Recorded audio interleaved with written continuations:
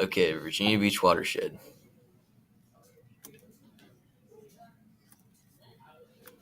In Virginia Beach, we are a part of the Chesapeake Bay watershed, which is the largest watershed in the Atlantic seaboard of North America. Here is a map of the watershed showing the states included within it.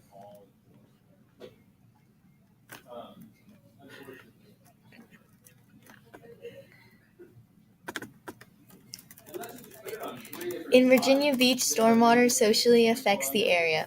Any proposed land use has to abide by the stormwater regulations put forth by the National Pollutant Discharge Elimination System to monitor and inspect violations in managing stormwater runoff.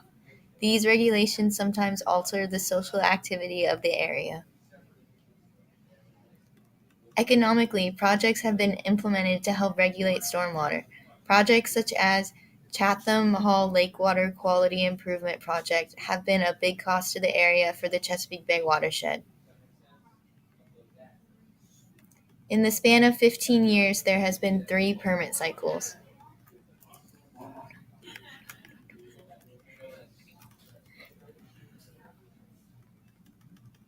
Stormwater runoff pushes nutrients, sediment, and other pollutants off to the land and into rivers and streams. Um, Carbon dioxide is a contributor to the environmental effect known as acid rain. The effects of carbon dioxide can be seen and felt far from their sources, making their impacts on air pollution more serious.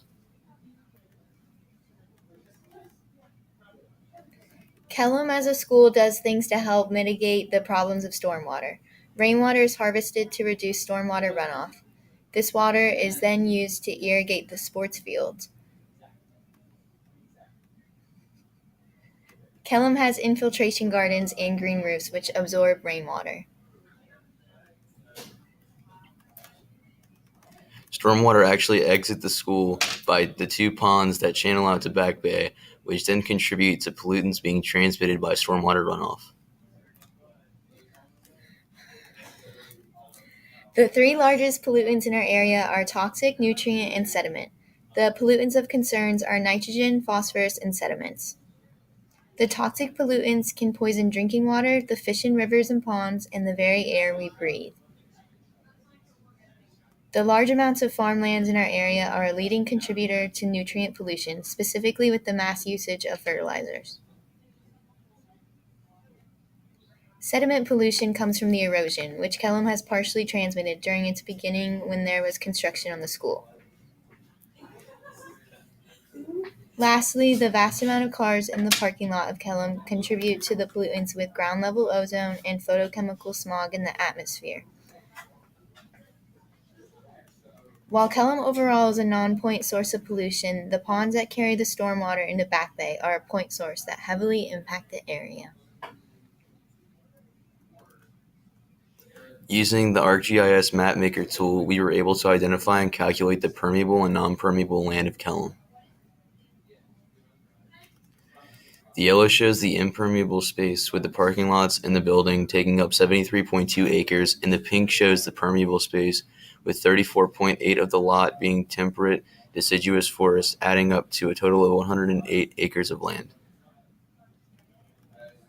This is an aerial view of Kellam and its surrounding areas.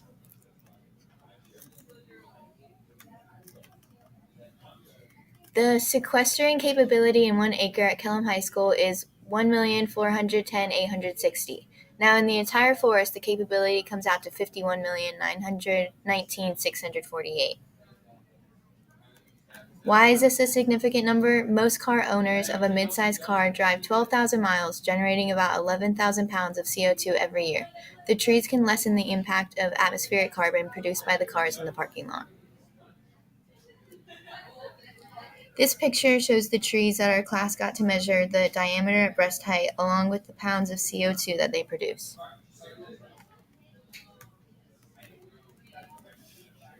So our proposal, the infiltration gardens could be more permeable and deeper because although they reduce the amount of flooding in the school, there is still a considerable amount of flooding after large rainstorms. The planting of more trees to make it an equal amount to the number of atmospheric carbon produced by the students driving to school and parking would also cut down pollutants.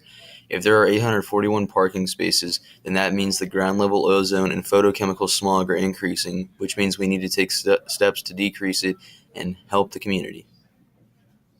And here are our citations.